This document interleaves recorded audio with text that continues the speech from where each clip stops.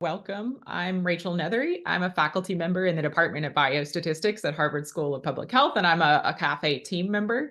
And I'm delighted to welcome you today to the August edition of the CAFE University webinar series.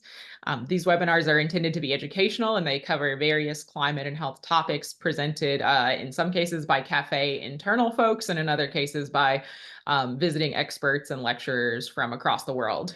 So content can vary from data science related tutorials to grant writing tools and tips to general lectures on advanced topics in the climate and health space. And all of these webinars are made freely available on the CAFE YouTube site afterwards. And today we're extremely fortunate to have one of the CAFE principal investigators, Francesca Dominici, leading our webinar. She is a grant writing pro, and she used to lead our NIH grant writing workshop here at the Harvard School of Public Health.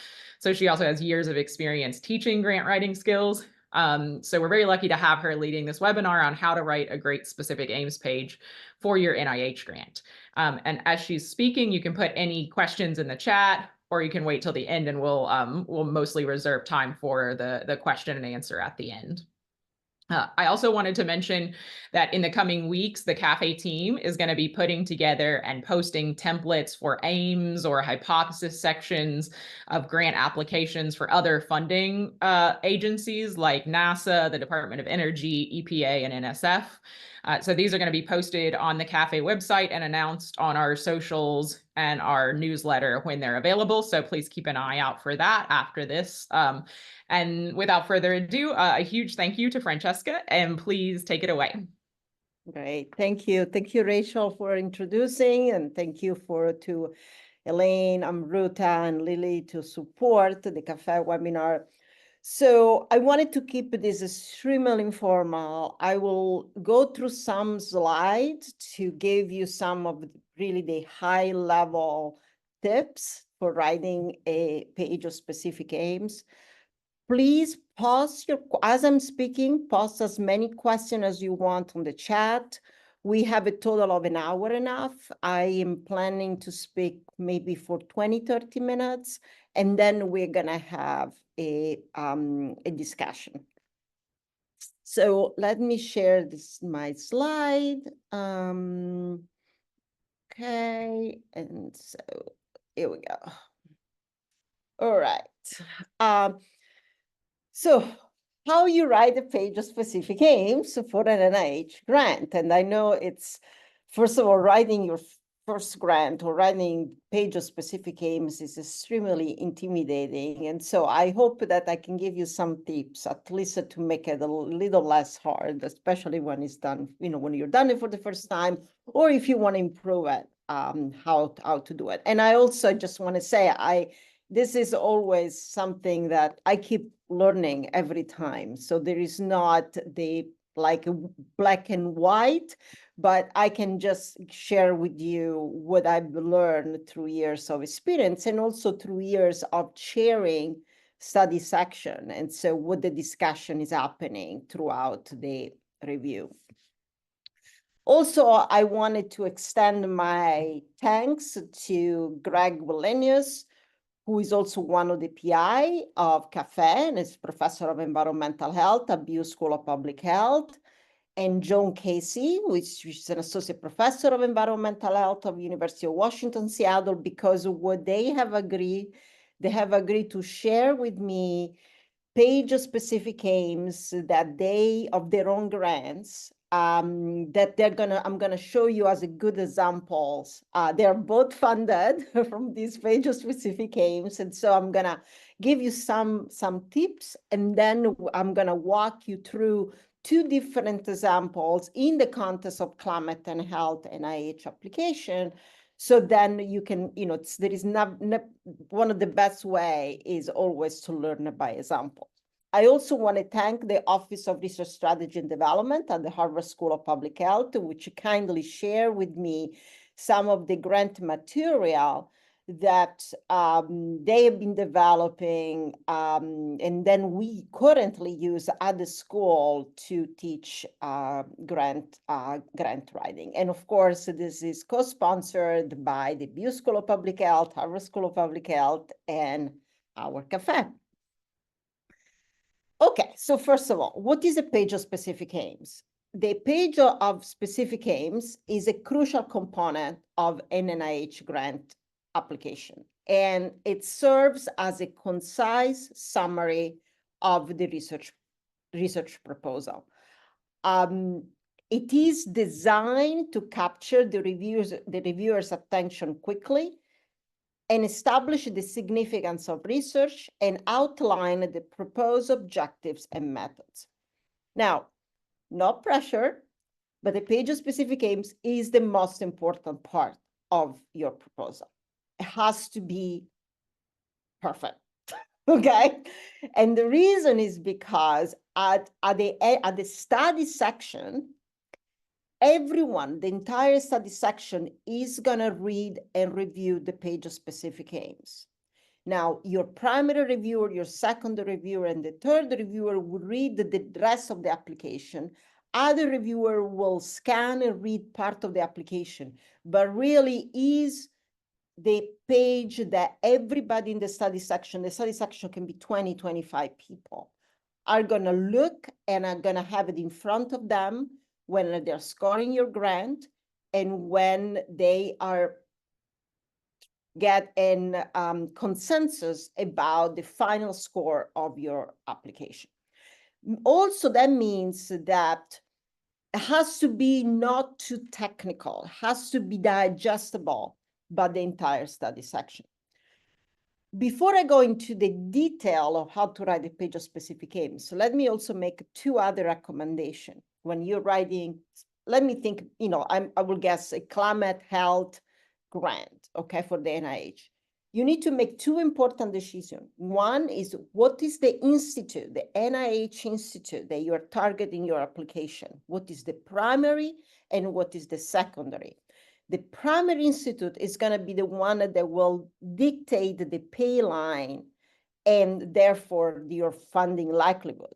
So if you're trying to target it to the National Institute of Environmental Health, you need to look at what is the strategic plan of the National Institute of Environmental Health, what is the type of science they're funding, what is the pay line they're interested. Or it might be interested into sending an application to the National Institute of Aging or to the National Institute of Mental Health if you're focusing on mental health. So you have to figure out what the institute is, and then you have to figure out which study section you're targeting to.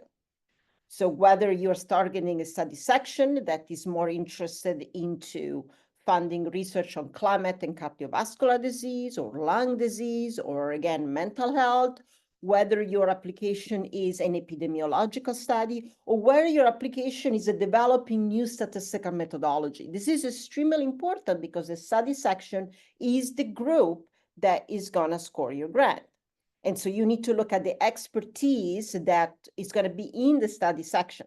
So therefore, when you have identified the institute and the study section, you want to write the page of specific aims in a way that will be digestible, easy understood, and appreciated by the scientific expertise of the study section that you're targeting to. Okay, so that's extremely, extremely important. So going back to the page of specific aims, I wanted to start with 3 general high-level tips. So that's what I mentioned. Know who you're writing to, okay? So your primary audience for the specific aims is the non-specialist on the panel who will not have a chance to read the proposal ahead of time. They need to grasp your aims quickly and accurately, which means that this study section needs to be particularly well organized and written in clear and concise language. So it's important that if you are writing, for example, a grant that has some, I would say, mechanistic or biology or in vivo or in vitro experiment, and this is a study section that will have both biologists and epidemiologists and statistician, you have to write in a way that also the statistician and epidemiology will understand your page of specific aims. Second tip, keep it clear and simple. Okay, don't make the reader do the work of fighting through your language to understand what you mean. I'm gonna tell you what's the structure of a page-specific aims. I will recommend to really keep a very, very simple, streamlined structure, and we'll go through some example. Less is more, okay? So try to avoid cramping and packing as many words as possible with very, very small inches, because remember, this is your, let's say, it's the front page of your application, okay? I want to remind you that reviewers in a study section have to read so many grants. And you can imagine that if the first page of your grant has many, many words packed that are incomprehensible, and it's hard to follow what you're trying to say, it's gonna make the reviewer cranky. And it's gonna find an excuse for the reviewer to give you a bad score, okay? So it's basically your welcome. Welcome to my project. Here's what I wanna do. Know who you're writing to, keep it clear and simple, less is more. Okay, so now let's try to get a little bit more into the detailed, okay? I'm gonna give you the scientist perspective of how to write a page-specific aims, and then I'm gonna give you the writer perspective, how to write a page-specific aims. So what is the scientist perspective? So this is an overview of your entire proposal and should excite the reviewer to read the details, okay? I've been serving on a study section for 8 years and chairing a study section, I think, for 4. I can tell you that at the end, after I finish reading the page-specific aims, whatever you like this or not, you have a pretty good idea whether or not you're excited to read this grant, right? So the aim form the framework for the research strategy. So it's the basis of the reviewer's impression of the entire proposal. If positive, I finish reading the page-specific aims, it's clear, it's concise, it gives me a good argument. I will look for strengths in the subsequent section to basically get you a good score. If negative, it's sloppy, confusing, not well organized, I'm just gonna look for weakness, okay? The competition is so brutal, unfortunately, that the page-specific aims is really gonna put the reviewer mind into, this is good, this is not good. If unconvinced, my focus on feasibility or impact, okay? I think my sense is more you convince the reviewer at the end of the first page, better it is.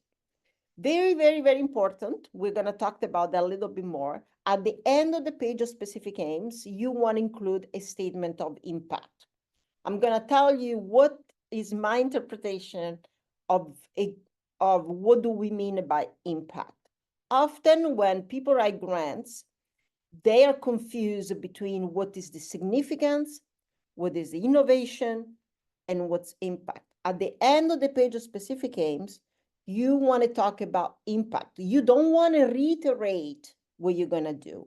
You don't want to reiterate why what you're doing is important. What you want to say at the end of your page-specific aims is, assuming that you do everything you're saying that you're going to do perfectly and it's going to be successful, then why it's important. What's the impact to biomedical science that comes from the successful completion of your grant, of your grant, okay? Some other tips, aims should be related, but should not be directly dependent on the outcome of the previous aims. You don't want to write the aim such that if aim 1 fail, you cannot do aim 2, okay? That's really important.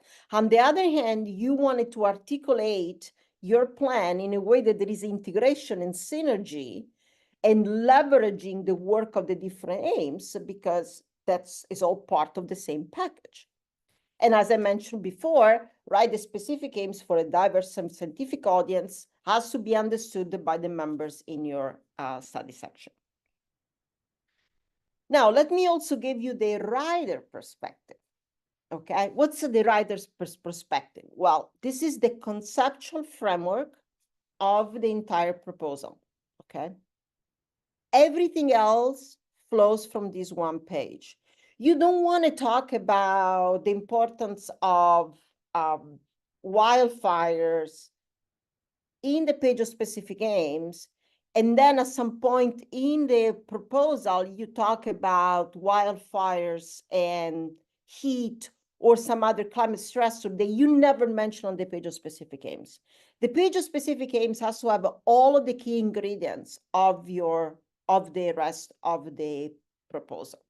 And as I said, is a logic and language and argument that needs to be clear, crisp, and compelling. Now, what I'm going to show you after is the deductive progression that it's the clearly most important piece of how the page of specific aims should flow, okay?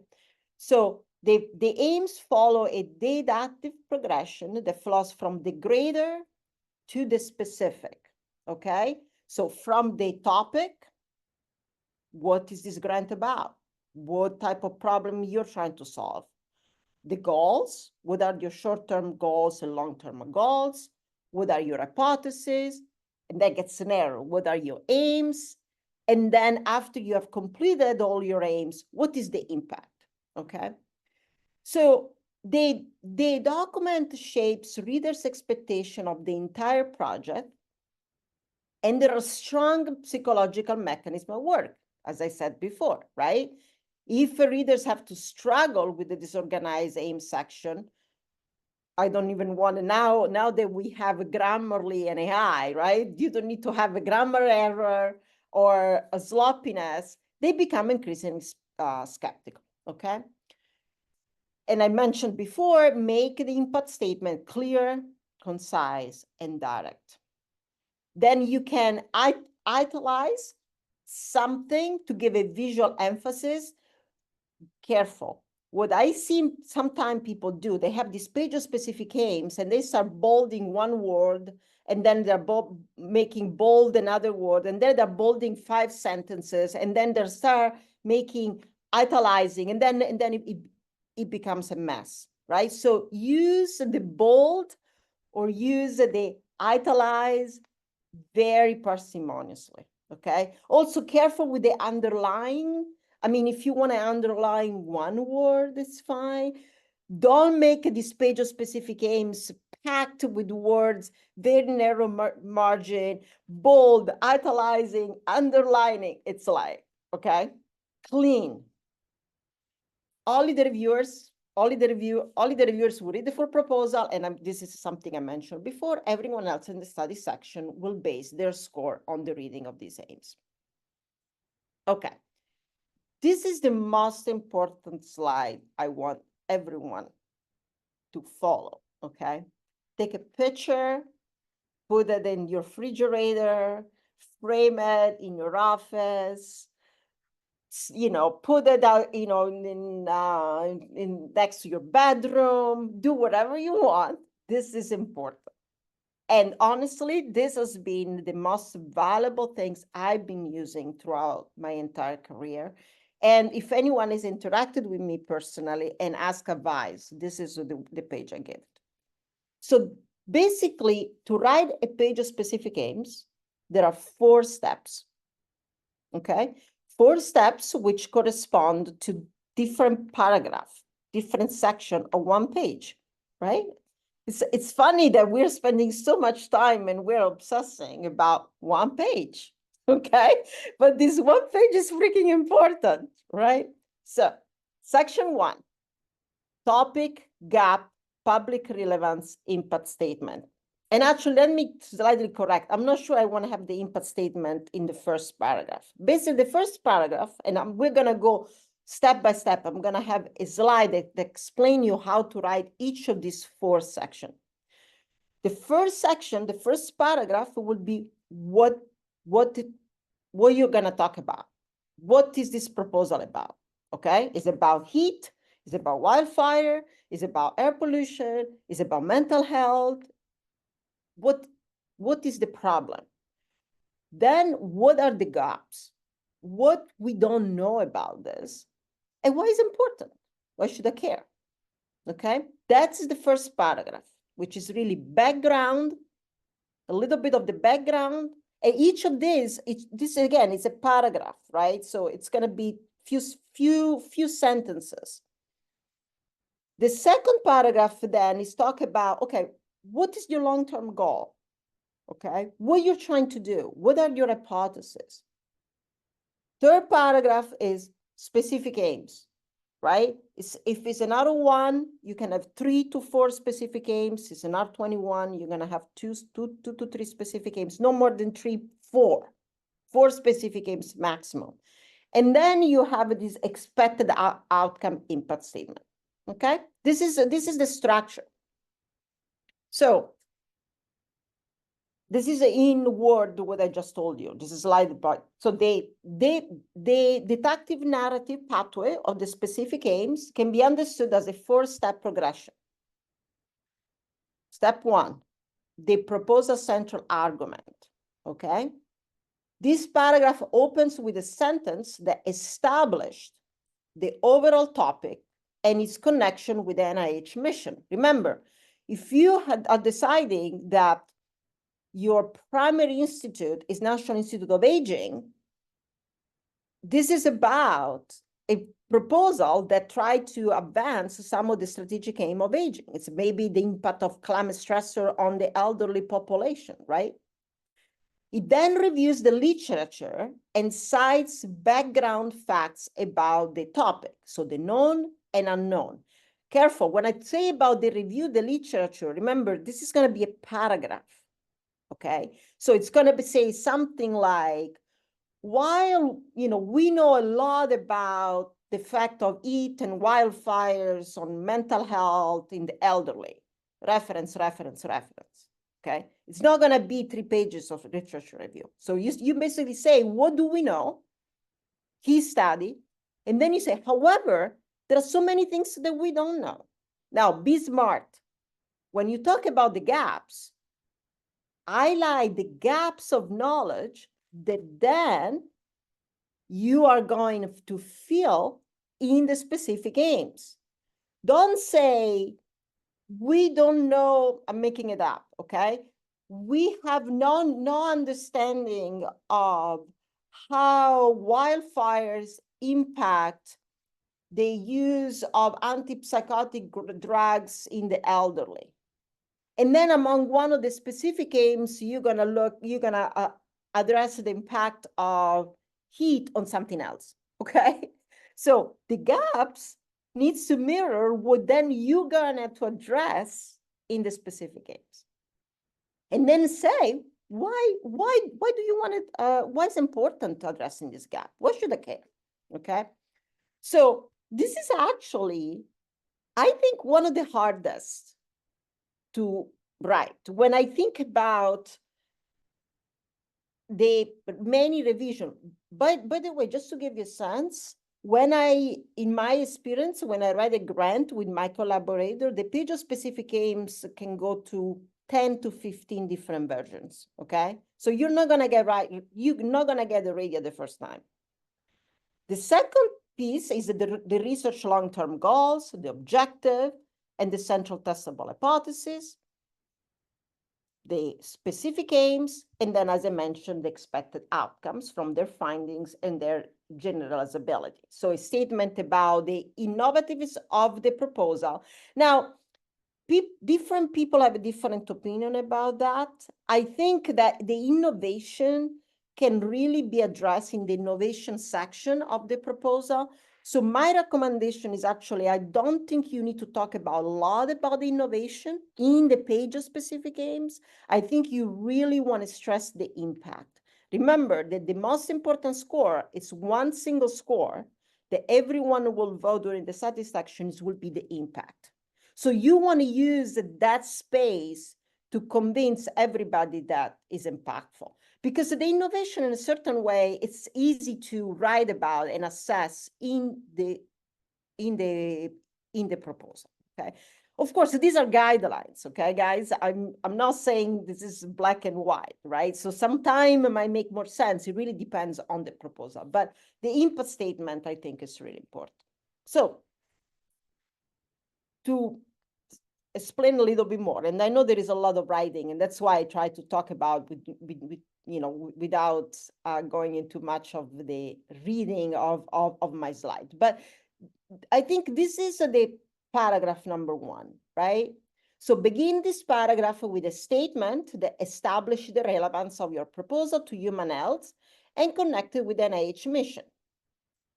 The opening sentence should grab the reader attention. Please don't start with cancer is a major public health problem, okay? Quantify, quantify, quantify. Lung cancer has been increasing or decreasing, or, together with the aging population by X%, right? So just give some quantitative and scientific fact. The narrative flow of this paragraph and the entire section is deductive, progressing from the greater to the more specific. And basically, you want to follow the following pathway. Describe current knowledge on the issues. We talked about that. Identify a gap. Show how this gap is an important problem, right? It's best to provide evidence to show that is important, okay? So when you see often that people say in this grant, oh, this is important. Well, why? Or they say, this is innovative. Okay, why should I believe you, right? This is groundbreaking. This is path-breaking. This is transformational. Well, when you're using this word, you have to tell them why you're using this word. So by the end of the paragraph, this first paragraph, the reader should have a clear grasp of current knowledge on the important health issues and recognize, say, oh my God, okay, this is what we know. Oh my God, I haven't realized that this is what we don't know and why it's so important that we are gonna fill this gap. Paragraph number 2, how you will respond to the gap, okay? Your long-term research goal, as well as your proposal overall objective. So now that we have established the gap, our long-term goal is to advance the knowledge and provide a specific recommendation on evidence base for this intervention, so then we can eradicate X, okay? So that is your long-term goal. And then you go with a specific objective. So these has to respond to the gap and will be operationalized in the next paragraph specific aims. Present your central hypothesis and wrap up this paragraph with the rationale that describe how the expected outcomes from the research should close the gap you have identified and make a vertical step in the field. By the end of this paragraph, we should know your overall research concern, specific objective for this proposal, best bet how to realize it, how this will advance the field. Paragraph 3, that's in a certain way maybe the easiest because it's basically a list of your specific aims. Each aim should be specific and measurable as possible. Make each aim stand out by numbering, indenting, and bolding. It has to be clear in the page of specific aims. What are the specific aims? Okay, that is the core of this one page. Start each with an active verb. Okay, test, determine, examine, experimental. Don't use passive verb. Okay, or hypothetical verbs. Follow each aim with a testable working hypothesis. Now, in some proposal that is necessary, in some proposal is not necessary. So for example, in the statistical proposal or proposal where you are developing new statistical method, you don't need to have a testable working hypothesis. So it really depends on the culture of the study section and the topic, okay? as I mentioned before, the aim should be related overall, but independent. And sometimes this paragraph can begin with the central hypothesis, sometimes it doesn't need to. So I think the working hypotheses are really important for, I will call it like biological and life science type of proposal. I would say less for more epidemiology, although again, it depends. If you have a workable hypothesis, sure. If it's about developing your statistical methodology or exploratory analysis, you don't need to. And finally, the paragraph 4, which is the payoff, what we call impact, okay? What the NIH gets investing in your proposal, right? So they're gonna give you a lot of money. And so, okay, I'm gonna trust you that you are gonna do everything you said, that you're gonna do everything you said perfectly, that you're gonna succeed. Then why is important to the NIH, right? So give a general statement of the positive impact, which will vertically advance the field. Tell us what is innovative. I mentioned sometimes you need to talk about innovation and the impact, sometimes you don't. I generally don't, but I'm giving you the what is the general advice.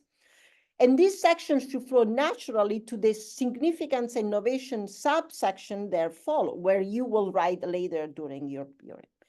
And so I think the most important here is the last bullet here, which is finish this document with an explicit impact statement. Remember, the explicit impact statement is what is going to drive the overall score at the moment of the study section. Okay? So upon completion of this research, the field will be changed as we will know X, and therefore we'll be able to do Y. That reminds us again why it's important to address the gap you have identified. Okay? One more slide about the impact. I can emphasize again how important. So this is the operational definition of impact. What does the NIH get from funding this work? Again, how likely is that the aims will succeed? But most importantly, and once they do, what is the bang for the buck? Remember, impact, bang for the buck, okay? There is a big difference between significance and impact. Many people that write grants, they make this mistake and they confuse the significance with impact. So let's try to make the clarification of what the difference is. Research can be highly significant because the problem that is being addressed affects a large number of people, okay? But could have a very low impact because the approach is flawed or use standard methods that are not likely to push knowledge far enough beyond what is already known, okay? As I said, the impact, it's just the last sentence. So there is no specific section. It's just the last 2 or 3 sentences on the page of specific aims. Of course, you also write an impact statement in the research proposal, but you want to have the last 3 or 4 sentences on the page of specific aims. 3 or 4 maybe is too much. 1 or 2 sentences as an impact. And so, as I mentioned, clearly specific. Now, also it's important that the weight of impact change based on whether you are R21 and R01. I don't know. I mean, this is also something that if you look at grant writing book, right? They said that the R21 reviewer weight more heavily the innovation and significance. I have to say, my experience is not really that. I think when you are in a study section, you tend to treat R21 and R01 similarly. So again, impact in the page of specific aims is mostly what's the bang for the buck. What is the vertical, positive, sustained impact on biomedical science that you will achieve by a successful completion of your research, okay? All right, okay, so let's go to the fun part. And I'm gonna share, I'm gonna stop sharing this and I'm gonna share you the page of specific aims of 2 colleagues.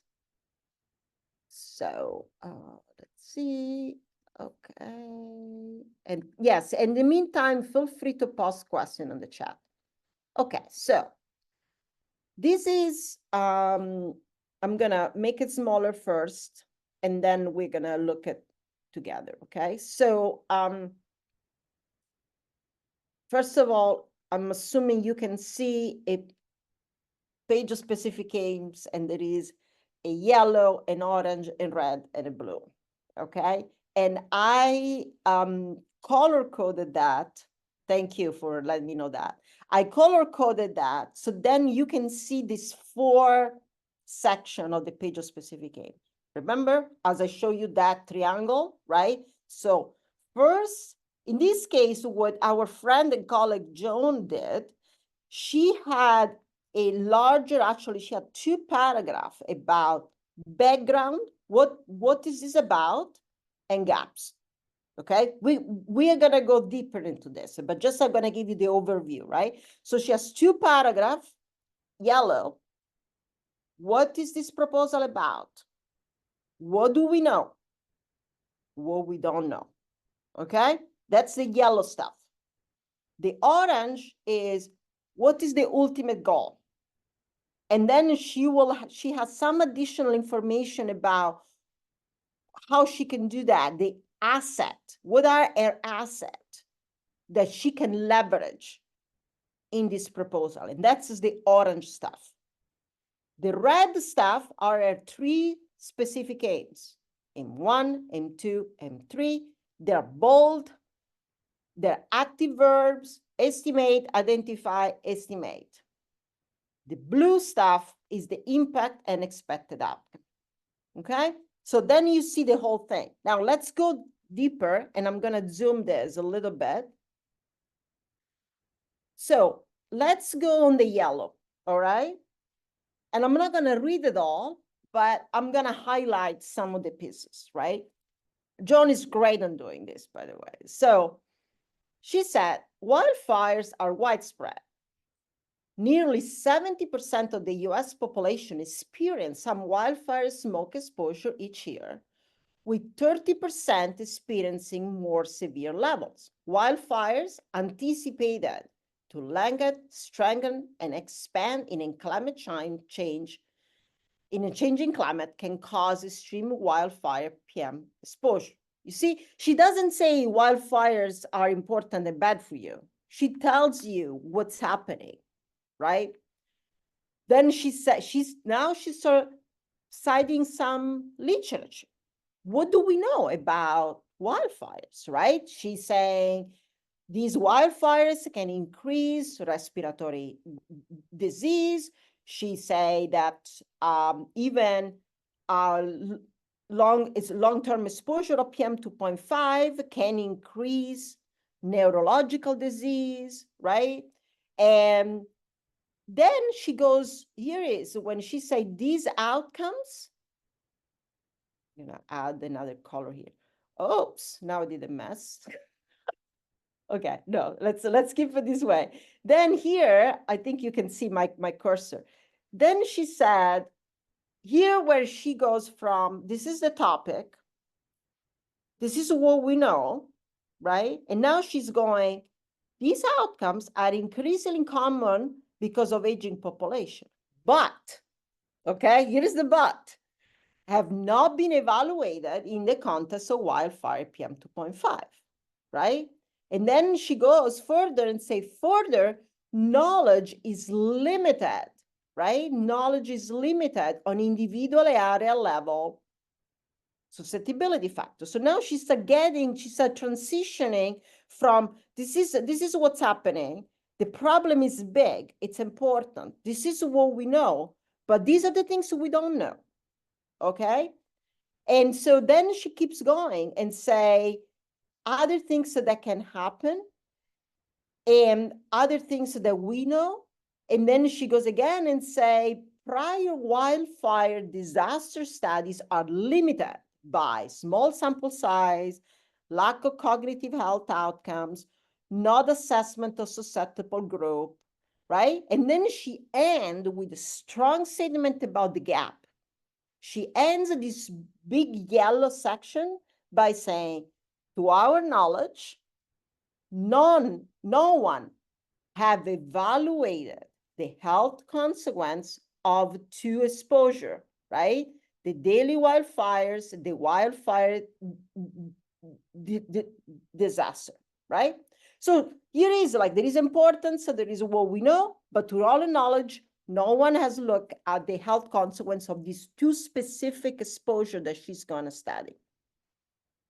Okay, now let's move to the orange. Now that she has ended the yellow section with, this is the gap, she started the orange section saying, what's the goal? Our ultimate goal is to determine the acute and chronic health consequences and geographic extent of the multi-phased wildfire exposure for cognitive decline to inform healthcare delivery and target intervention, right? So this is our ultimate goal. And so she said also that we need an holistic approach to deal with this. Often, especially in the climate and health proposal, in this paragraph, in addition of saying what's your long-term goal, or you can spell out your hypothesis, right? People also tend to talk about the, I call it data asset. And then she said, we will leverage a lot of data. We have a lot of data from Kaiser Permanente. We have a lot of data that from Medicare. And this is important because it gave us, the reviewer, understanding that she has the asset, right, to achieve a long-term goal. Red section, specific aims. She wanted to estimate the risk of mild cognitive impairment and dementia and ADHD associated with wildfire PM. She states a specific hypothesis. So John likes to state the hypothesis, and I think here works beautifully. The second aim, identify individual area level susceptibility, and she has a hypothesis.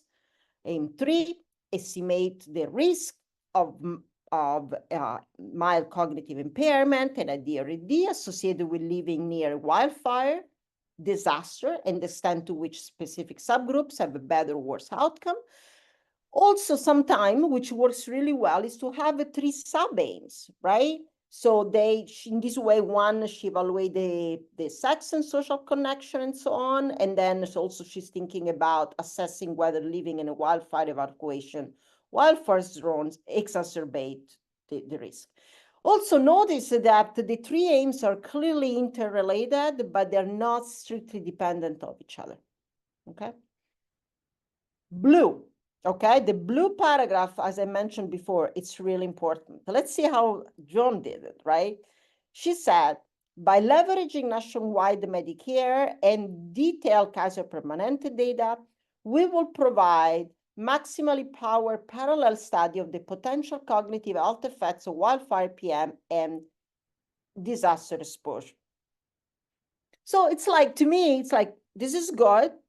It's not what I'd really like to see because she's kind of reiterating what she's gonna do.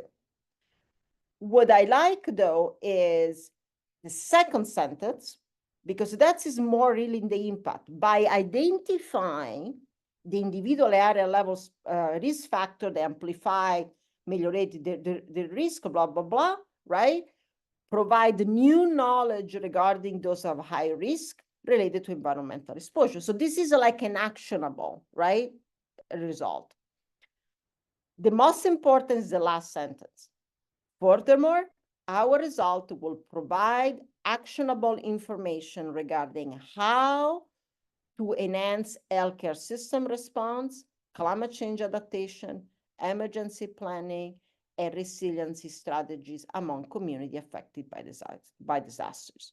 So what she had, as she has organized this blue text, she has expected outcomes first, and then she has this impact statement at the end, okay? Let's quickly go to another example, because I think examples can be, let's see, this is a Greg Willenius example. Yes, and actually that's great. Okay, yes, here's the color. I'm gonna again, you see, Greg has a smaller yellow a little longer orange, specific aims, and expected outcome and impact statement, okay? So let's go quickly to the yellow.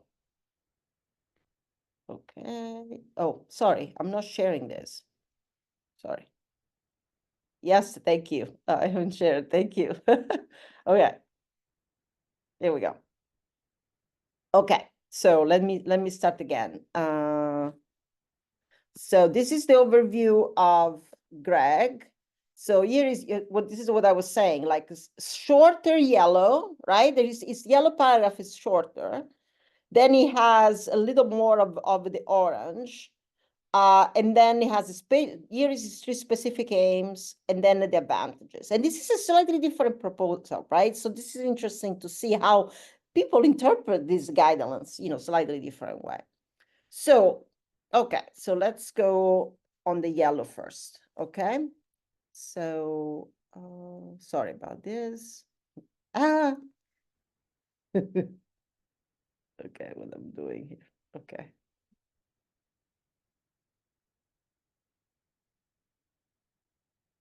Okay, yellow. So how does he start? He say, while exposure to ambient temperature, high ambient temperature. So this is a proposal about heat, like our heat strip, heat waves.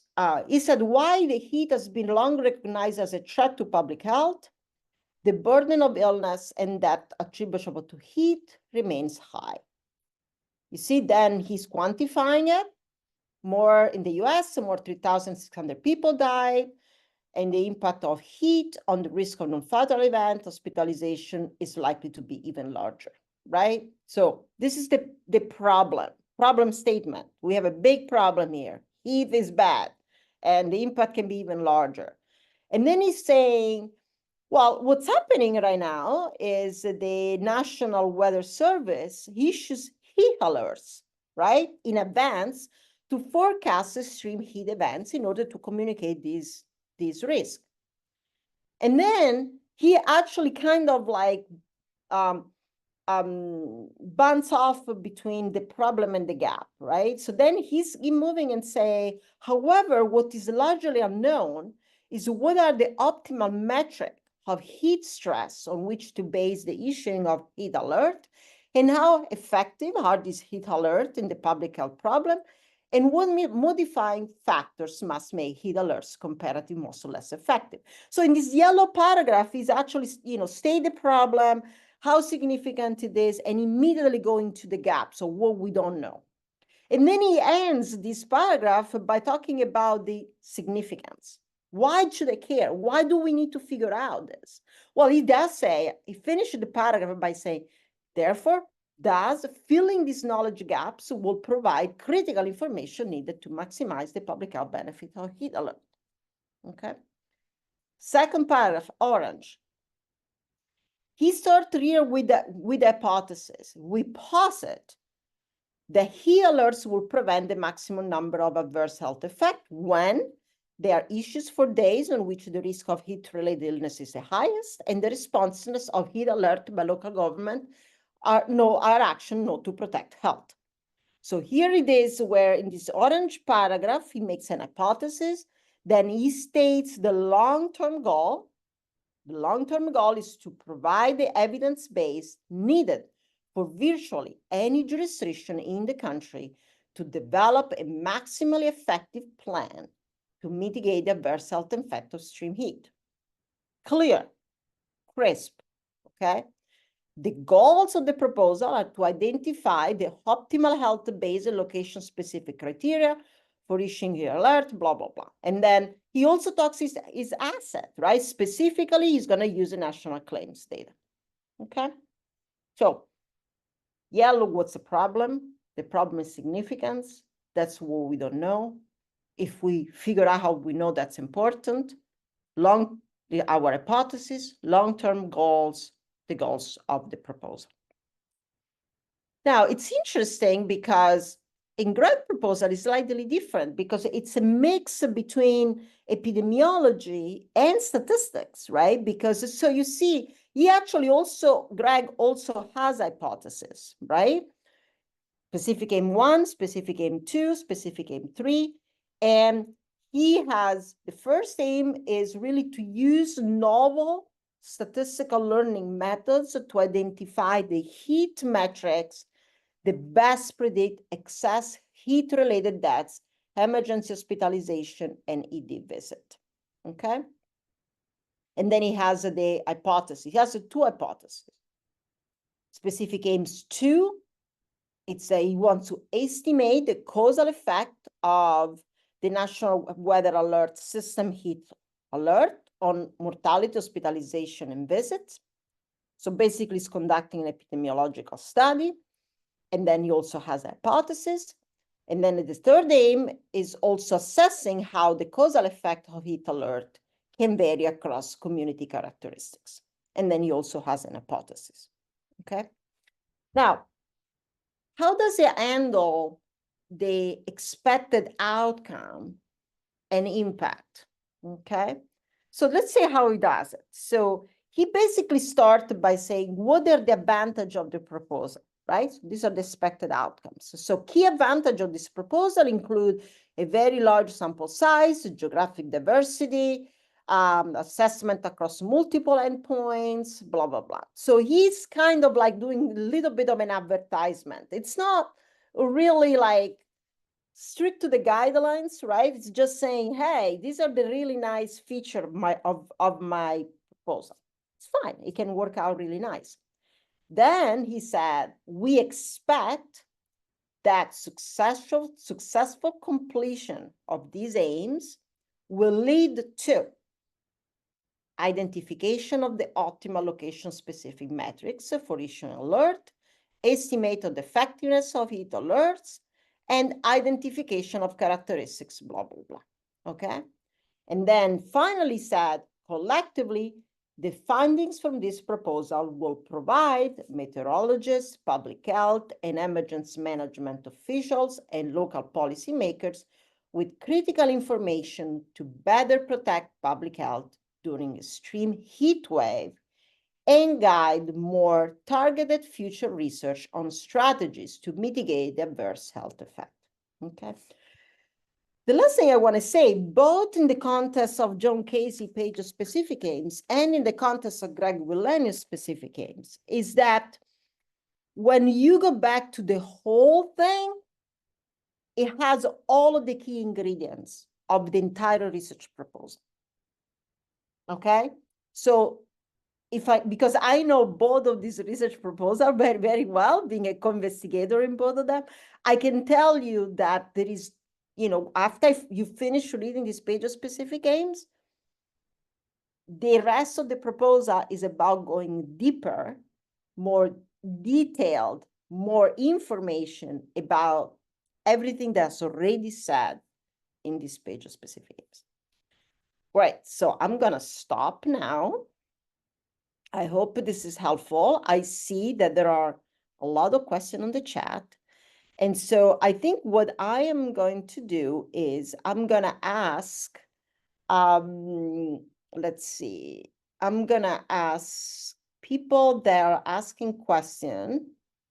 So they are not AI, they are really people. Let's see. See if I can. Okay, all right, all right. Okay, so let me call, I'm just gonna call some people from that I see on the chat, so then they can address the question themselves, and then feel free to oh, I see, I think, can I see everybody on the screen? Let me see. No, okay, that's fine. So I can just call people to address the question. Okay, so I see Jesse Berman. Do you want to ask the question? Yeah, thanks, Dr. Dominici. So my question is about NOSI, which is a Notice of Special Interest. And when applying for one of these, should you mention in the specific aims page that you're applying for it? And then more critically, do you want to take the space to say how your study is going to meet that specific NOSI criteria? Yes, I would recommend to do that. So for people that are not aware, so sometime the NIH has a specific request as like an request for application, let's say, for example, that is specifically targeted on a specific topic, right? So yes, I think briefly, right? So you wanted to say, what is the problem, right, that you're addressing? And then you say, this proposal is specifically in response of these NOSI, right? And I don't think you need to say much more than that.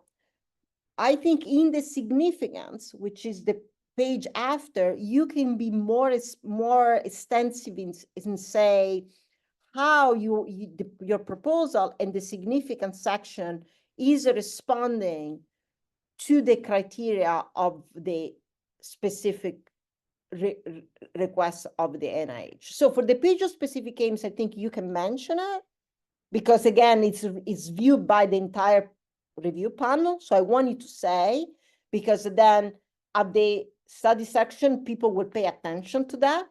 But the page of specific aims, you don't need to have a paragraph and say how your proposal address the criteria of that specific call. You can do that in the significant section, okay? Let's see, I see a question from Shuayin Zhang.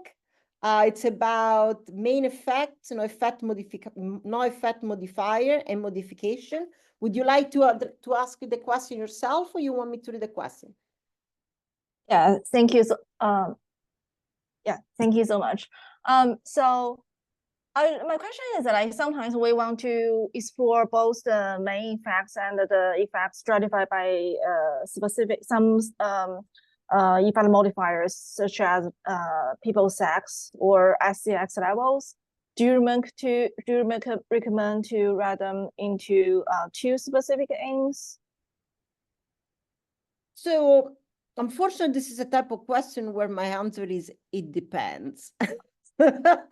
And I think it really depends on okay, so let me give you some general guidelines. If your exposure and your outcome are, I would say, extremely complex, so let's say you are talking about a multivariate exposure or multiple exposure, or you are talking about outcome that could be multivariate, or you're also thinking about short and long-term effect of this exposure, then I think I will have one aim that is focused on the main effect and one aim that is focused on the effect modifiers, right? Because there are issues about interpretation, right? And so I think that they're like, it's big work. On the other hand, if your model is extremely simple, right, that you have a single exposure and a single outcome and a very simple study design, you can put together the main effect and effect modification under the same aim, especially it really depends on what else you have, right? So I think it unfortunately depends on the complexity.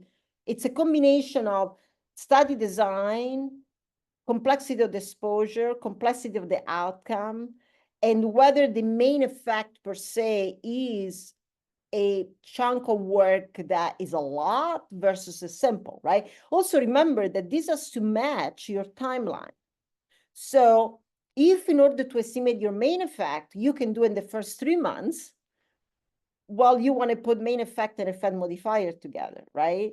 I mean, remember, if you're writing an R1, that is 4 or 5 years grant, right? So I think it's also one way to get the guidance of how you split these two is also how complex is that task.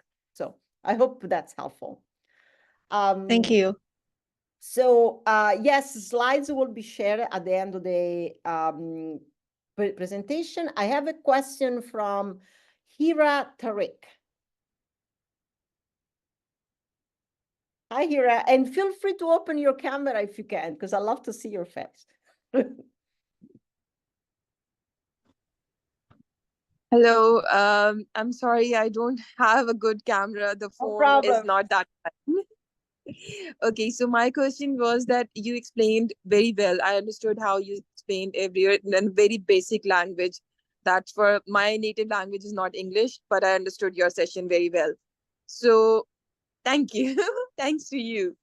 Okay, my question was that when we are writing the objectives, you said they shouldn't be dependable on each other. However, they can be relatable. So does that mean that we can put up two kind of like innovations in each of the separate objectives? I hope I made my question clear. Yes, yes. So, yes. So ideally, one thing what you want to do is, it is like every aim is something that you want to accomplish, and you want to think about that, whether or not you're going to be successful in accomplishing one aim, it does not jeopardize the success of accomplishing a second aim. Okay, let me give you like a very simple example. Suppose that one aim is the ability to collect data on heat exposure in a village, in South Asia. Okay, and your second aim is to look at the fact of heat on pregnancy outcome for the woman in this village. What's the problem with that? Is that if your first aim, when you want to collect data on heat, right, somehow fails, you need to say, again, let's say that you're planning to collect heat by installing sensors in that community, right? And that's the only way you're going to collect heat exposure. You're going to go in this village, you're going to install these sensors. The sensor is going to collect heat. That's a problem, because let's say that for some reason, you're not going to be able to do that. There is a war in that region. Your sensor breaks. The ability of the sensor to transfer the data falls apart. Well, then you're not going to be able to do aim 2 because you have no data. Okay, so what you want to do is then not only rely on that data, you can say on aim 1, as an innovation, we will collect data on heat exposure on the ground by installing the sensor, but we will also rely on other type of modeling, for example, machine learning models, or relying on additional data sources. They gave you different measures of heat on the ground. In this way, your goal number 2 is not entirely dependent on the specific aims number 1. Okay, so this is really the thing you have to think about, because that's what the reviewer are gonna look. The minimum number of sufficient aims for an NIH R01, the R01 is 4 to 5 years, which is the bigger grant. And generally, the number of specific aims is 3. It can be 4. For an R01, which is 2 years, then very often the maximum number of specific aims can be 2. Okay, so I hope that's addressed your question, Hira. That's a lot. Thank you so much. Thank you so much. It's very clear. Wonderful. So let's see. I have a question from Hanand Gori Shankar. I apologize if I'm completely destroying your names, because I am not a native English speaker either. So, Hanan. Can you hear me? Yes. Thank you very much, Dr. Dominici. This is very useful, and I've never applied for grant, and I'm a very beginner. Very interesting. You answered most of the questions with the earlier 3 folks, all the questions, but I would like you to expand on the same question. I think I got clear that if it's R21, 2 aims, and if it's R01, 3 or 4 aims, and that kind of answer. Can you help me weigh in if my main effect on the aim 1 an aim 2, how do I decide which one should come first versus second? Weighing the importance or the impact in my specific aims in relation to the funding, meaning that if I had to score better, should the pregnancy, for example, the pregnancy and heat wave should be my specific aim 1, or the other way around in terms of the grant, the funding opportunity, R21 versus RO1. I think I got the answers, the number of aims, but I just want to know how to weigh in my specific aim 1 and 2. Yeah, so is it your question also like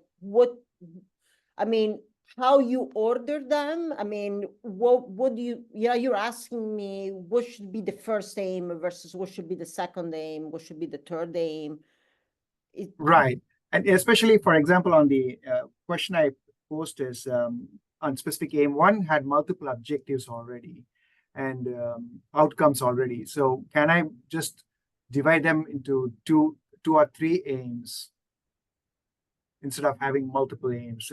Whether I would lose points if I had too many outcomes in specific aim 1 just because I'm trying to compress overzealous aims that I have like 3 outcomes in aim 1 and 5 outcomes in aim 2. Is that too much? Yeah, no, it's okay. So yeah, first of all, it is tricky, right? So, but here's some general guidelines. So at least I can share with you the way I think about it, right? So first of all, it's funny that right now what happened to me is 99% of the time when someone, especially junior investigator, share with me a page of specific aims, 99% of the time I tell them, you are packed there too much. Too many outcomes, too many exposure, too many hypotheses, too many words, too many bold, like, it is like someone that, I don't know, I mean, I feel like, it's just too much, okay? Too much. So remember, streamline, simplify. The other thing to think about is your first aim should be something that is, I would say, 50% half-baked, okay? So I don't know if I can think about an analogy of cooking, okay? So think about that your first aim, and maybe, I mean, I'm putting this on the fly. Maybe this is gonna be a terrible analogy, but let me give it a try. So the first aim, it's like a cake that you know how to do it. You have already cooked that cake many times. And the first aim, it's about cooking the same cake, and it's like you're halfway down, okay? So you know how to do it. You know what the ingredients there are. You know how long it's gonna take. You know how difficult it is because you have done it many times. And the aim 1 is just you're gonna do it again, and you are at the point which is half done. It still has to be innovative. There is still some aspects that are going to be different to what you have done, right? Maybe you know everything, but then you're using maybe 1 or 2 ingredients that are slightly different. But it's pretty like the pathway, it's clear, right? So it could be 1A, it can be 1 outcome, it can be 2 outcome, it can be 5 outcome. It can be a cake that is extremely complicated. But it's kind of you have control, because then when you write the research strategy, the approach for aim 1 is the one that has to be well developed.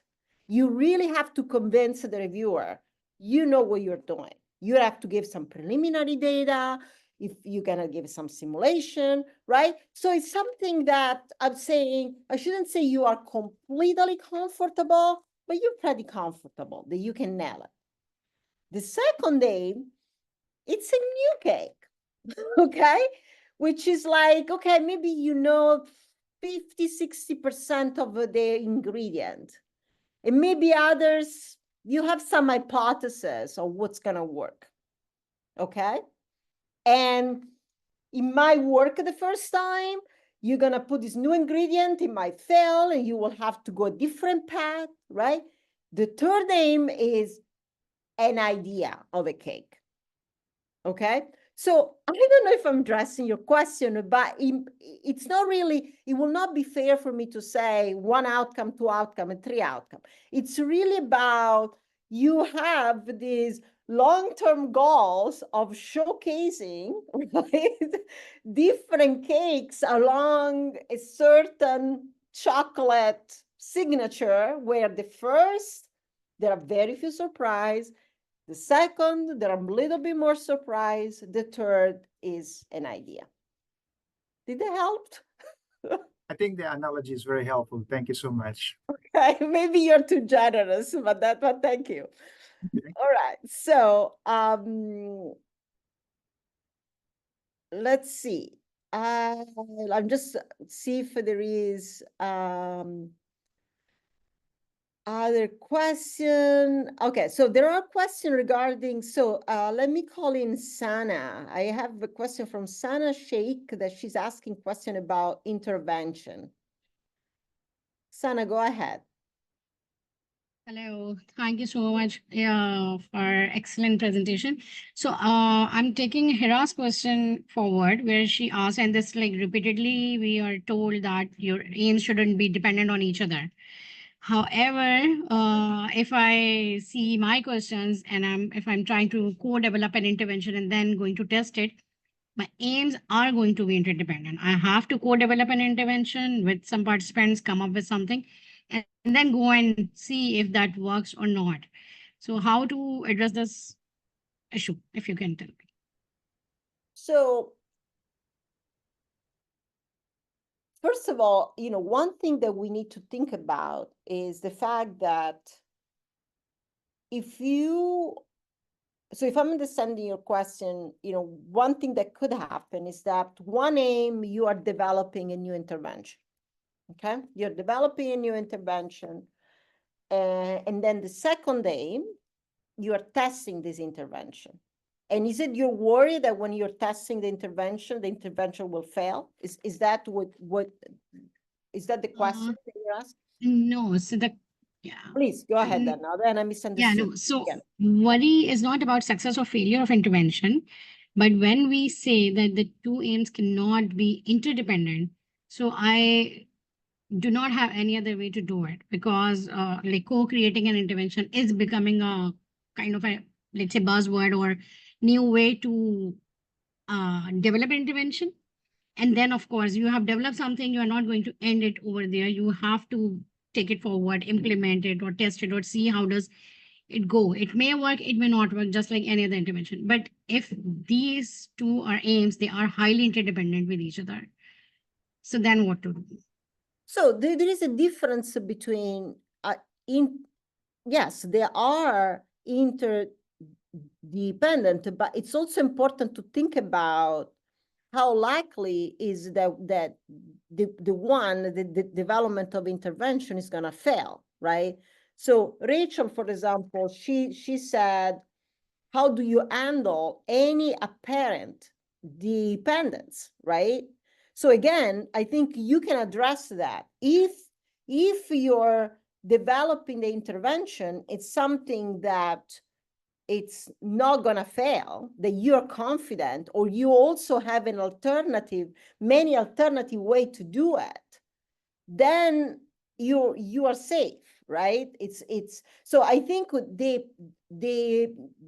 problem of dependency of one aim from the other occur when you leave the question to the reviewer to assess the likelihood that one aim will be successful and the other aim is not successful. So it really depends on what's your strategy, and really the rest to address up front, right?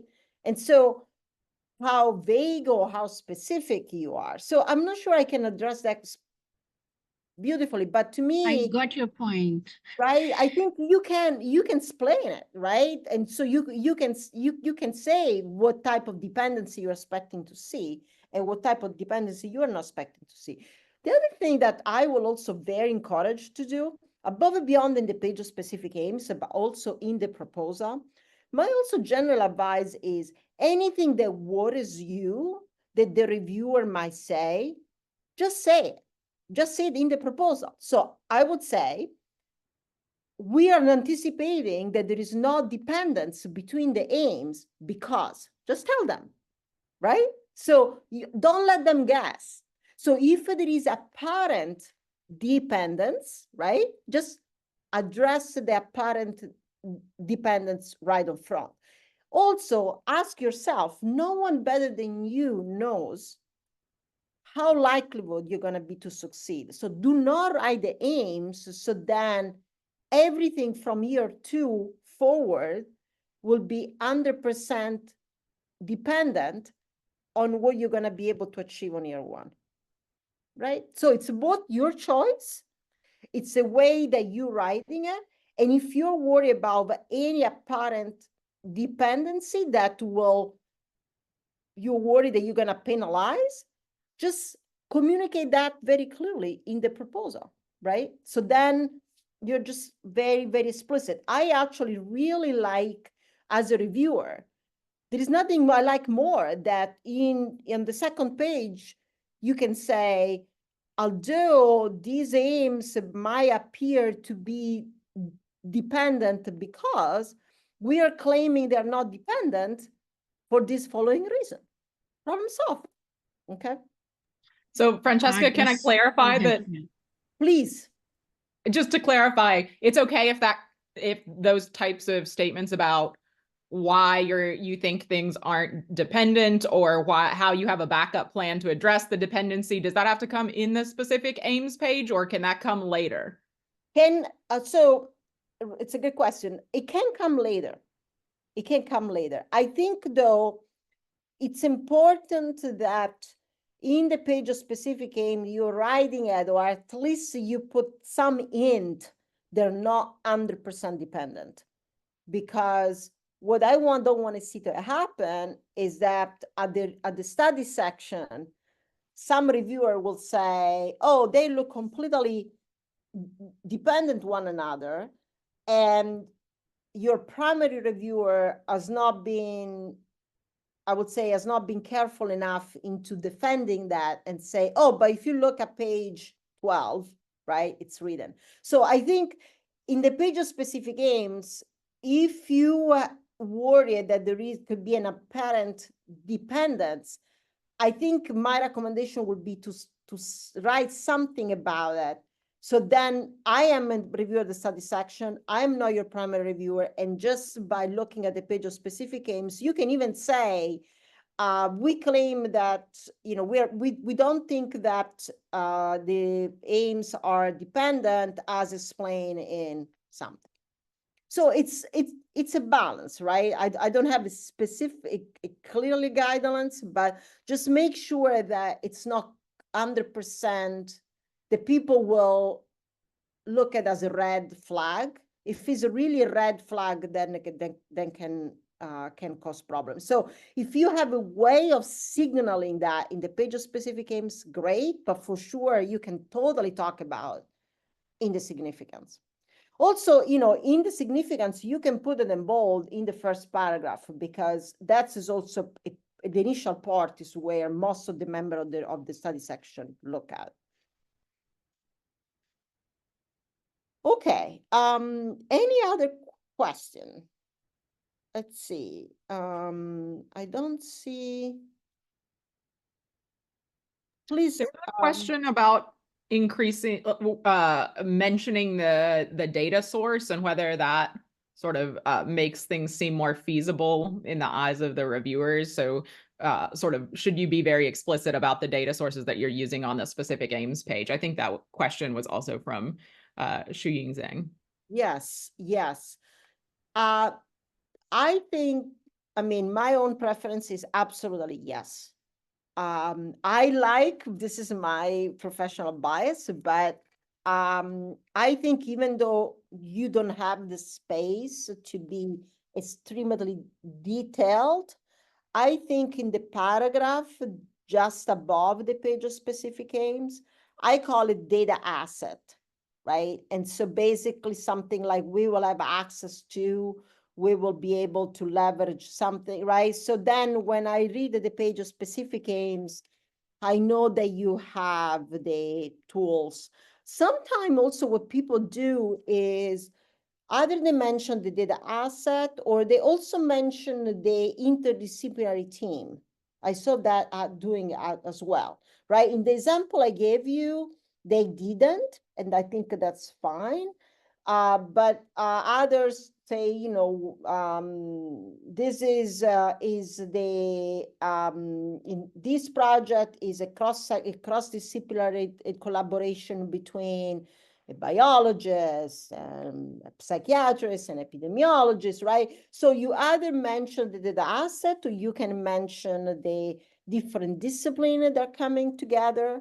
So I like it. I like when there is a hint about the data that will be accessible to you as part of conducting the research.